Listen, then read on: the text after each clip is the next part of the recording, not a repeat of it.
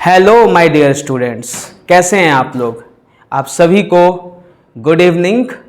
और कल आप लोगों ने जो कुछ भी किया हम सभी के लिए, टीचर्स डे के दिन आप लोगों ने हमें ये एहसास दिलाया कि हम लोग वाकई में आपके जीवन को संवार रहे हैं।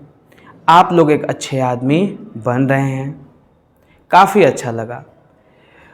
मतलब फीलिंग इतनी सारी है कि शेयर करने में नहीं बनेगा, बट जो भी था बहुत अच्छा था। और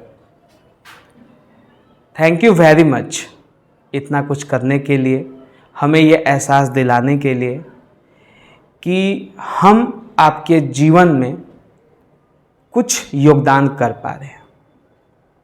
ठीक है, तो इमोशनल चीज़ें हैं, फीलिंग हैं, ख़त्म नहीं होगी। हम लोग आगे बढ़ते हैं। चैप्टर 3 आज स्टार्ट करने जा रहे हैं। 2 चैप्टर हम लोगों ने कर लिया है।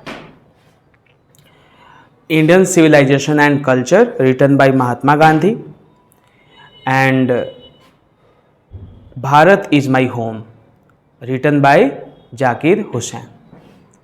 And the third chapter is a pinch of snuff written by, मैं नहीं बताऊंगा, ये आपको मुझे कमेंट में बताना है कि ए पिंच ऑफ स्नफ किसने लिखा है। जल्दी से कमेंट करो आप लोग कि ए पिंच ऑफ स्नफ जो चैप्टर है वो किसने लिखा है। चलो ठीक है, जिसको आता है बहुत अच्छी बात है। A pinch of snuff written by Manohar Malgaonkar. Manohar Malgaonkar ने इसको लिखा है। जैसा कि आप सभी को पता है कि हम लोग क्वेश्चन के थ्रू ही चैप्टर को समझते हैं। उसका फ़ायदा ये होता है कि ऑब्जेक्टिव साथ ही साथ हमारा क्लियर होता चला जाता है। तो question number 1, when was Manohar Malgaonkar born? Option A 1910, option B 1913, option C 1920, option D 1931। So right answer is 1913।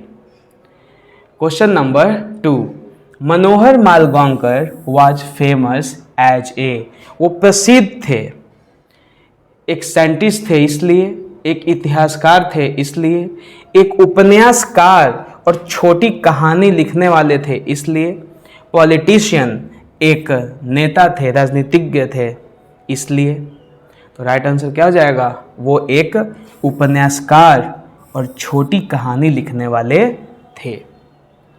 Question number 3, how many publications did Manohar Malgaonkar have to his credit?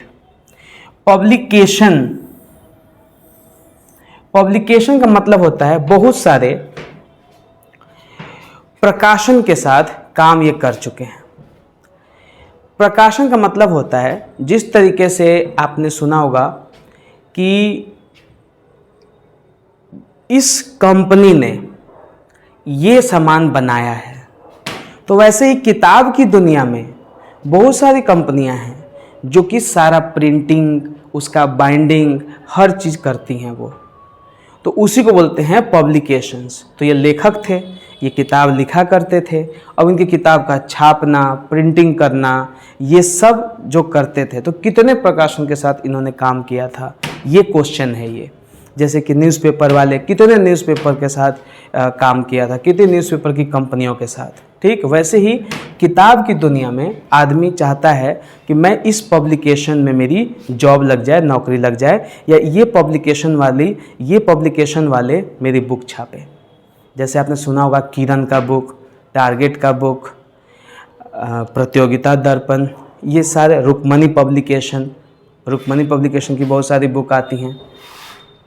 ठीक है, तो ये पब्लिकेशन का मतलब आई होप आप लोग समझ गए होंगे। तो ऑप्शन ए लेस देन 10 मतलब 10 से कम पब्लिकेशन के साथ काम किए हैं, 15 के लगभग, 25 या एग्जैक्टली 30। तो राइट आंसर क्या हो जाएगा? 25। Question number 24, which of the following is not a work by Manohar Malgaonkar. Work मतलब इनमें से कौन सा ऐसा है जो मनोहर मालगांवकर ने नहीं लिखा है, उनके द्वारा किया गया काम नहीं है। डिस्टेंट ड्रम उन्होंने लिखा है, द प्रिंसेस उन्होंने लिखा है, ए बैंड इन द गैंगेस लिखा है, लिखा क्या नहीं है तो the guide. Question number 5, which of the following is a novel by Manohar Malgaonkar. Bombay be aware, Malgudi days, Kanthapura या द वेंडर ऑफ स्वीट्स। इनमें से कौन सा है जो उन्होंने लिखा है? तो अभी आपको थोड़ी देर पहले मिला था कि बॉम्बे बी अवेयर इन्होंने लिखा है। From which collection is a pinch of snuff taken. A pinch of snuff जो है ये कहाँ से लिया गया है? मॉडर्न इंडियन इंग्लिश प्रोज से लिया गया है, contemporary Indian short stories in English से लिया गया है, सेलेक्टेड इंडियन राइटर से लिया गया है, इंडियन क्लासिक्स इन इंग्लिश से लिया गया है। तो ये बुक में ही आपके लिखा हुआ है कि उस समय की जितनी छोटी छोटी कहानियाँ लिखी हुई थी उस समय की, इसलिए कह रहा हूँ क्योंकि कंटेम्प्ररी का मतलब होता है समकालीन, मतलब उस काल में, जिस काल में वो थे उस समय जो छोटी छोटी कहानियों का कलेक्शन था उसी में से ये उठाया गया है। What qualities does the story A Pinch of Snuff have? किस क्वालिटी कैसी है इस कहानी जो है पिंच ऑफ स्नफ, इसकी कहानी कैसी है? हॉरर और सस्पेंस है, भयावह है, एकदम भयानक डराने वाला, विट एंड एडवेंचर है, चालाकी और कुछ साहसी काम करने वाला है। ऑप्शन सी ट्रेजेडी है और सौरो है, दुख की बात हो रही है इसमें, कुछ बुरी घटना हो जाए उसकी बात हो रही है। Option D science and fantasy, विज्ञान और फैंटेसी का ये मतलब होता है जैसे आप दिमाग में कुछ पिक्चर बना लेते हैं जो कि असंभव हो, मैं परी की तरह उड़ता, ये क्या है? फैंटेसी है। तो क्या ऐसी बात हुई है इसमें? तो आपने देखा होगा इस कहानी में, या इसको नहीं पता है बता देता हूँ कि इस कहानी में एक किरदार है नन्नू काका। वो बड़े ही चालाक प्रवृत्ति के हैं और उस चालाकी में बुद्धि का प्रयोग करते हैं। कहीं पे मंत्री के घर या बहुत बड़े आदमी के घर हिम्मत करके, मतलब साहस दिखाकर वो कहीं पे भी चल जाते हैं वो आम आदमी लेकिन दिखाएंगे अपने आप को बड़ा आदमी। तो ऐसे कहानी जो है ये बताओ अब कौन सी हो गई? विट एंड एडवेंचर, मतलब वो चालाक और साहसी, साहसपन दिखाया गया इस कहानी में। राइट आंसर क्या हो जाएगा? Wit and adventure. The readers excitement in a pinch of snuff is built up through. कह रहे हैं कि इस कहानी में जो एक्साइटमेंट पढ़ने वालों के लिए जो किया गया है ताकि बच्चे उत्सुक हो जाएं आगे कहानी को जानने के लिए, इसके लिए जो रीडर्स का जो एक्साइटमेंट है, इनका उत्सुकता को बढ़ाने के लिए क्या किया गया है इस कहानी में? सस्पेंस एंड थ्रिल क्रिएट किया गया है। सस्पेंस जैसे कि आगे क्या होगा, आगे क्या होगा, इस तरीके से दिमाग में बनाया जा रहा है। Accuracy and profound comedy. Accuracy का मतलब होता है कि जितना हम चाहते हैं उतना ही हो जाए, पूरा ध्यान पूर्वक। प्रोफाउंड कॉमेडी मतलब पूरा इसमें भर भर के कॉमेडी है, मतलब हंसने को आपको मिलेगा। इस तरीके से रीडर को जो है कहानी के साथ बांधा गया है। सैडनेस एंड ट्रेजेडी, दुख वाली चीजों को दिखाया गया है जिससे इमोशनल होके जो पढ़ने वाले हैं वो बंधे रहें। मिस्ट्री एंड हॉरर, मिस्ट्री मतलब कि जो एक विचित्र टाइप हो, जैसे कि एलियन की मिस्ट्री, मतलब नहीं पता है वो होते भी हैं कि नहीं होते हैं, मिस्ट्री वाली चीज है। हॉरर डरावनी है। तो इस कहानी में रीडर्स को बांधे रखने के लिए, उनकी उत्सुकता को बढ़ाने के लिए किस चीज का ध्यान दिया गया है? एक्यूरेसी का, और उसमें प्रोफाउंड कॉमेडी दिखाई गई है। एक्यूरेसी ये दिखाई गई है, इसमें आपको देखने को मिलेगा कि ये अलग अलग रूप लेकर कहीं पे जाते हैं, तो वहां पे अगर आप एक्यूरेट नहीं रहोगे, सतर्क नहीं रहोगे, एकदम सटीकता का ध्यान नहीं रखोगे, तो वहां पे काम बिगड़ जाएगा। एकदम सटीकता को ही बोलते हैं कि कितना कितना एक्यूरेट है, कितना सटीक आप काम कर रहे हैं, ये होता है एक्यूरेसी। तो राइट आंसर क्या हो जाएगा? Option B, accuracy and profound comedy. Question number 1 नहीं है, ये पॉइंट 1 है। पॉइंट 1, अब जैसे अभी इंट्रोडक्शन वाला चीज खत्म हो गया, जो इस चैप्टर का इंट्रोडक्शन वाला जो सेक्शन है वो खत्म हो गया। अब आपके point 1, point 2, point 3, point 4, point 5 तक जितने क्वेश्चन बन सकते हैं वो हैं। Who announced Nannu काका's arrival? Nannu काका के अराइवल का, कि उनका आगमन हो रहा है, वो आ रहे हैं, किसने ये सूचना दी? किसने अनाउंस किया? फादर ने, मदर ने, सिस्टर ने या फ्रेंड ने? तो ये मदर ने अनाउंस किया था कि आज मामा आने वाले हैं। Who was coming according to mother's announcement? Mother के हिसाब से कौन आ रहे थे? उन्होंने क्या बोला? कौन आ रहे हैं? अंकल आ रहे हैं, नन्नू काका आ रहे हैं, मिनिस्टर आ रहे हैं या ब्रदर आ रहे हैं? तो राइट आंसर क्या हो जाएगा कि नन्नू काका आ रहे हैं। Question number 11, what was the narrator's first reaction to Nannu Kaka's arrival? Nannu Kaka का जैसे ही सुने वो कि वो आने वाले हैं, तो इनका रिएक्शन कैसा था? खुशी से भरा हुआ था, एक्साइटमेंट, एवं उत्सुक हो गए, अच्छा नन्नू काका आ रहे हैं। ऑप्शन सी, शॉक, एकदम सीरियस होके चौंक गए। जैसे आदमी एक तो एक्साइटमेंट है, उत्सुक हो जाना, खुश हो जाना, और शॉक मतलब कि जो अच्छा नहीं लगता है और उसमें जो आदमी चौंक जाता है। डी, एंगर, गुस्सा हो जाते हैं। तो राइट आंसर क्या हो जाएगा? शॉक हो जाते हैं वो। Question number 12, what excuse did the narrator suggest to avoid meeting Nannu Kaka? जो नन्नू काका हैं, जिस प्रवृत्ति के हैं, इस प्रवृत्ति से बचना चाहते हैं लेखक। अब बचने के लिए पहले तो शॉक हुए, हाँ क्यों, नन्नू काका क्यों आ रहे हैं इस तरीके से, और ये भी कहानी में है कि वो सलाह देते हैं मम्मी को कि कह दो ना उनको कह दो कि मतलब हम लोग यहां पे नहीं है, मेरा ट्रांसफर वगैरह हो गया है, ऐसा कुछ बोल दो उनको। इसका मतलब यहां पे क्या है कि ये नन्नू काका ऐसे मेहमान हैं जिनको घर में स्वागत नहीं करने का मन है नरेटर के द्वारा। मां तो चाहेगी ही, क्योंकि मां के भाई आ रहे हैं और भाई को तो कोई भी चाहेगा मिलना, लेकिन मामा के व्यवहार की वजह से, जिस तरीके से वो काम बनाने के लिए, चालाकी तक, कुछ साहसी काम करने के लिए कूद पड़ते थे और इनको भी शामिल कर लेते थे। किनको? नरेटर को, जो हमें कहानी बता रहे हैं, लेखक को, इसीलिए मिलना नहीं चाहते थे। तो ये कह रहे हैं कि क्या सजेस्ट किया उन्होंने क्या कहा कि मम्मी को क्या कह देना, मम्मी को नहीं, नन्नू काका को कह दो। मम्मी को कह रहे हैं कि क्यों आ रहे हैं वो, उनको कुछ बहाना वगैरह मार दो। तो क्वेश्चन यही है कि क्या बहाना मारने के लिए बोला? क्या बीमार हैं हम लोग इसलिए? ट्रांसफर है कि मेरा ट्रांसफर वगैरह हो गया है, बोल दो उनको कि मत आए। ट्रैवल, कि हम लोग कहीं यात्रा कर रहे हैं। ऑप्शन डी, वर्क प्रेशर, बहुत सारा काम है, अभी मत आइए, बाद में आइएगा। क्या उन्होंने कहा था?